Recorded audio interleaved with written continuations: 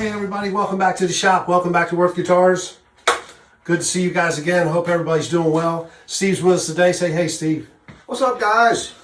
So today, gals and gals, today we're working on the T-style body. We got it cut out. She's looking good. Got this back cut, control cavity, got the slot cut in it. And the reason we got these plugs in the holes, you see I got a little pipettes cut off, stuck in them holes right there. I'm going to try to be real careful around these holes here. Not sure how to fill those yet. What we're going to do, what I should have done, let me back up a little bit. What I should have done is what we're about to do now before I did the holes. So easy to get out of sequence because you're thinking ahead. You know, I told you about it, how I get ahead of myself. Well, as you can see in this olive burl, you get it up close, you see the cracks in the holes and stuff because, you know, it's a burl, it's natural, got some defects in it.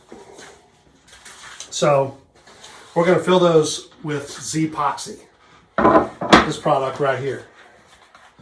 This is good stuff for doing this kind of thing, and it adds a nice amber tint. It's good for grain fill. And it adds a nice amber tint to your wood also if you're going with, if you're into that. If you're not, if you don't like an amber tint, then you need to use something that's water white or water clear. There's epoxy out there that's very clear. West Systems makes one that's made specifically for doing tabletops and things like that. This is just a good old epoxy. And we're mixing it up real good. Steve's mixing it up now, and we're just going to fill these little cracks and divots and whatnot. And it'll also add a nice amber tint to the wood. It'll give it some, you know, depth. And it'll also grain fill it at the same time. So that, I lost my other glove, Steve. I think. What happened to it? My God, man. I don't know. There it is, right there, grab that for me. You definitely want to wear gloves while you're doing this because this stuff does not wash off. Not good. Got my Babylon Rising shirt on today. Charlie Roccaforte. We built a guitar for him. Charlie Rock. I think he's playing tonight, actually, somewhere. Are you ready to go, Steve? Yeah, I believe so. Yeah. Awesome. Let's get a little bit on there. It's like honey. Yeah. We'll just start putting that on there like that.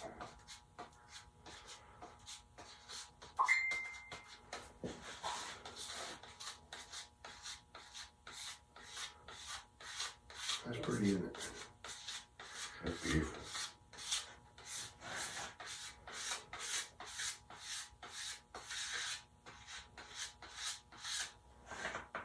Got a little milky in here. That's not good, is it? Mm-hmm. Look how pretty that looks already. Starts really bringing out the color in that wood. That's going to be nice. So anyway, we got the earplugs and the pipettes in there to fill the holes. And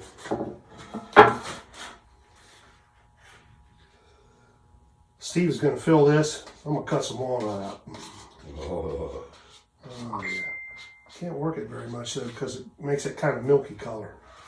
Oh, we're down getting messy, aren't we? Oh, here you go, Steve. Put that stuff down in there and just kind of smooth it out, you know, flat like that. There we go. Cool. We'll see what that looks like. Hang tight. In the meantime, I'm going to chop up this piece of walnut here because we're going to make a neck out of it. Just got to figure out which part of it I want to cut.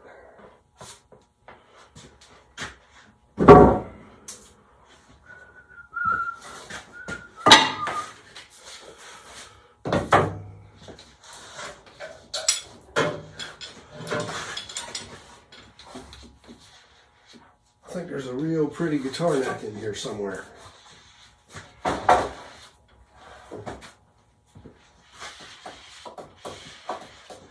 figure out where it is. Around here somewhere.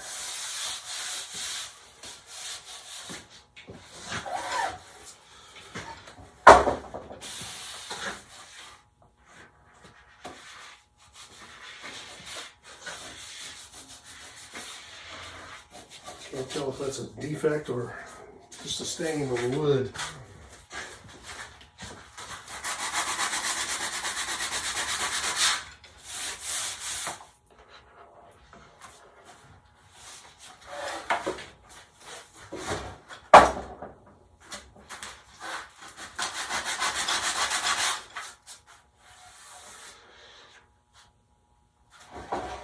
I think that's it right there.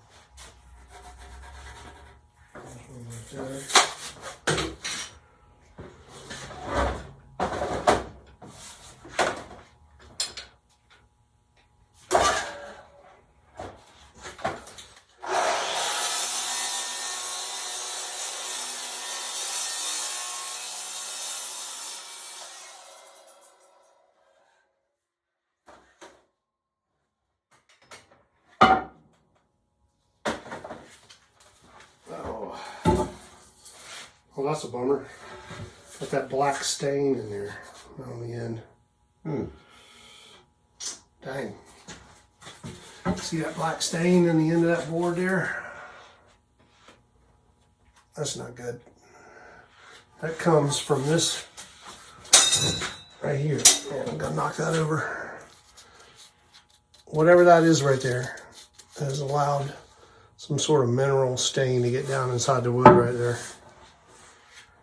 And that's kind of a bummer there.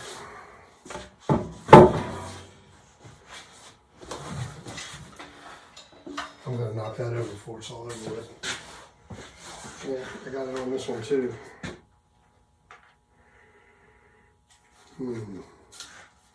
That's not so good.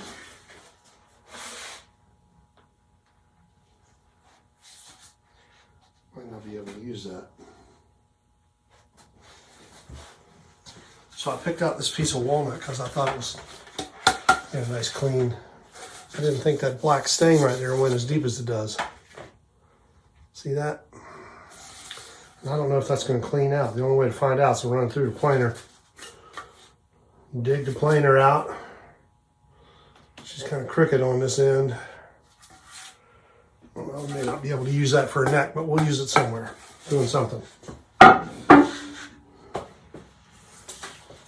Somewhere down the road. Cut that black stuff out.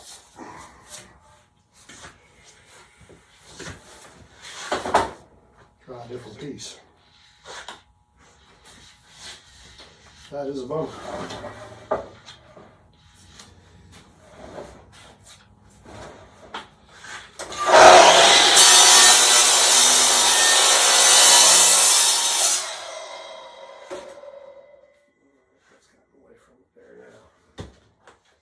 All right, we got away from the black stuff.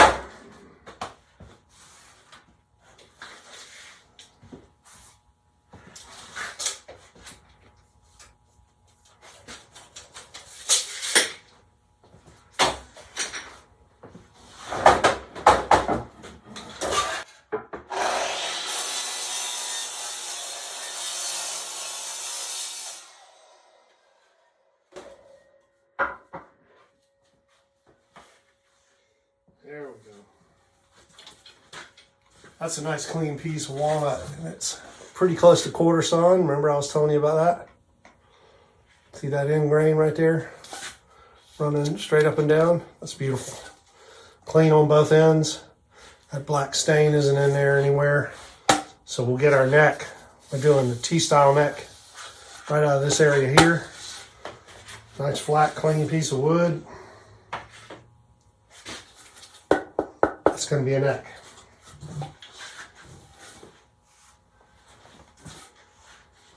That's kind of weird. Hard to get it in there, ain't it? It gets all milky, don't it? If you work it, it's milky, don't it? Yeah, if it's scraping more like this, it's making it milkier, so I'm kind of Just pulling it across. pulling it across. And it's really bringing out the color in that wood. It really is.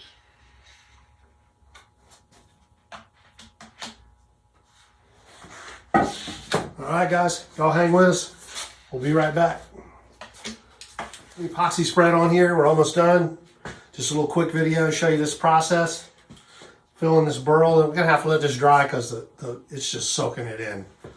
And drinking it down into the little divots. So we'll let that dry, and that'll seal the little divots up some, so the next coat will stick and it won't be sucked into the porous wood. Let me show them what it looks like, man. Hold on, I'll be right back. Steve's getting into it. Look how pretty that is, man. This is going to be a pretty top. Going to be a pretty guitar.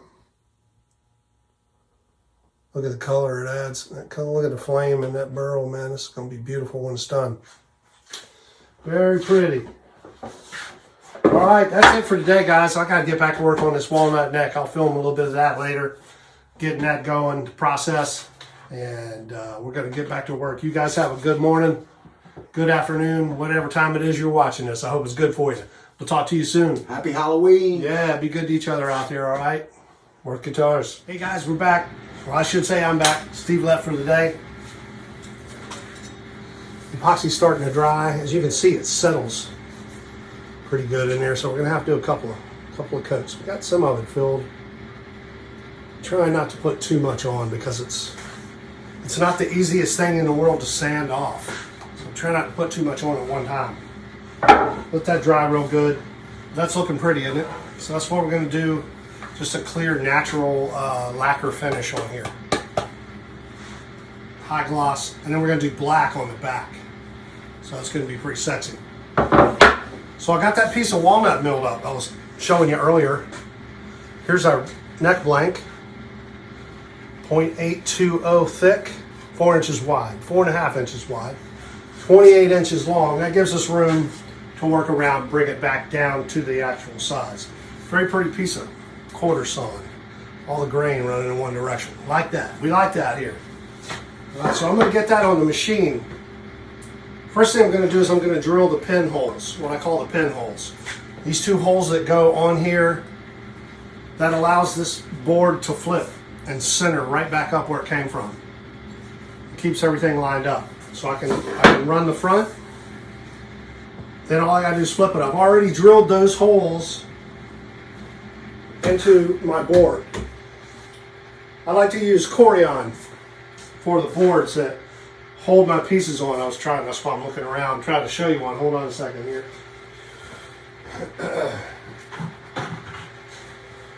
I use Corian solid surface. It's very straight and very, what's the word I'm looking for? Consistent and flat. And very strong, and I can use it over and over and over again. Those little pinholes won't wear out. And I can do different things with this that I can't do with wood and MDF. I was using MDF before, and MDF works fine, but it starts to get worn out after a while. So this seems to work really well, Corian. So this is what I've been using for all my neck boards. And what I do is I make a neck board, a spoil board I call them. Everybody calls them. Hold on, let me get my headphones on. I make a board for everything that I machine. Now that I've gotten all the tool paths written, I've drawn this neck, modeled the neck, got the tool paths written, fought with the computer for a day or so, wrestling it into submission to give me the tool paths I need, because sometimes it's a battle. It doesn't take much to stop the tool path from being written. All it takes is one little open loop, and what I mean by that is you have a series of curves. If one curve isn't exactly touching the curve next to it when you join them, the machine will join them. The computer will join lines or curves together for you. But they may be 0.02 of an inch off, even less than that. Hold on one second, my son's calling. I had to stop and talk to my son. You know, you gotta do that. So like I was saying, I like to use Corian for boards. I keep that board now. Anytime I run this neck, from now on I make one of these kind of necks. All I gotta do is set this board up on the machine where it comes from. I got pens in the machine, everything lines up. So I'm starting to get a library of boards like that together that I can drop back on the machine and make that neck again with, which is good because that means I don't have to keep doing it over and over again.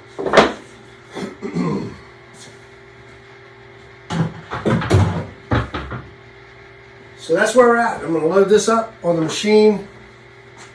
We're going to drill these pinholes. We're going to drill the truss rod hole, and we're going to do the rough profile, and then we're going to do the swoop down on the headstock, like you do on Strats and Telly style necks. You know what I'm talking about?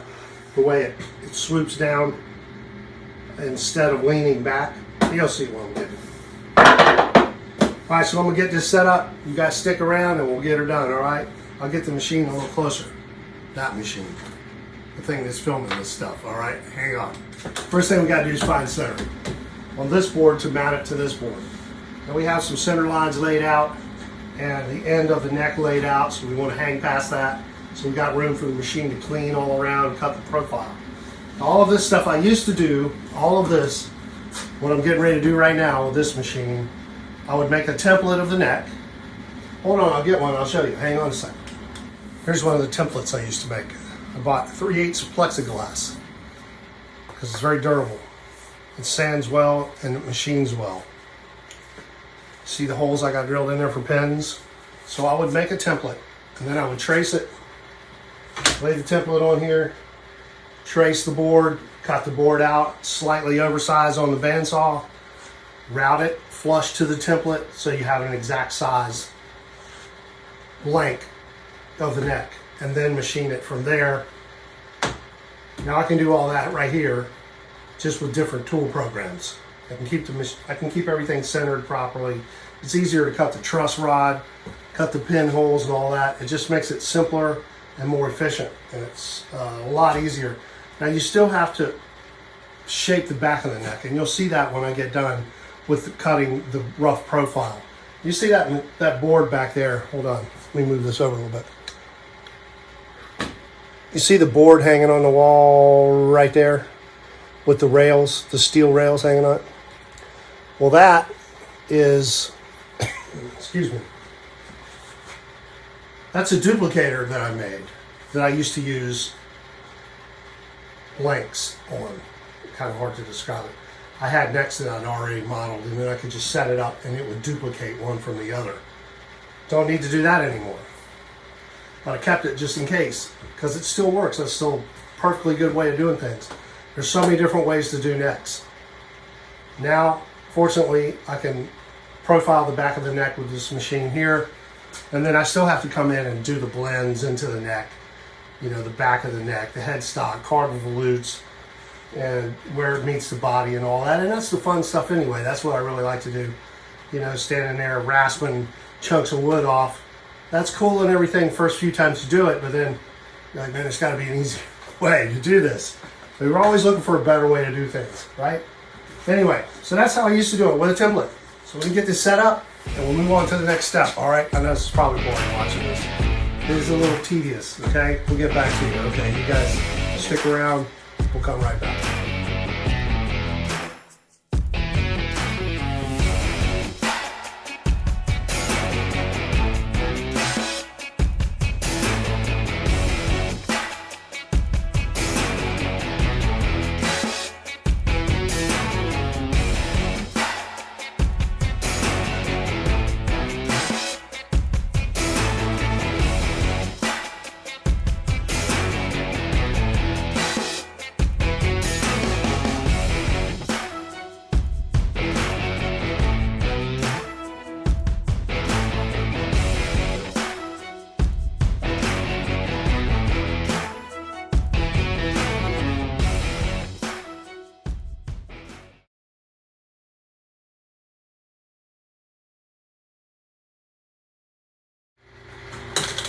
Okay, so I thought I'd show you the truss rod slot in here that we just got done cutting.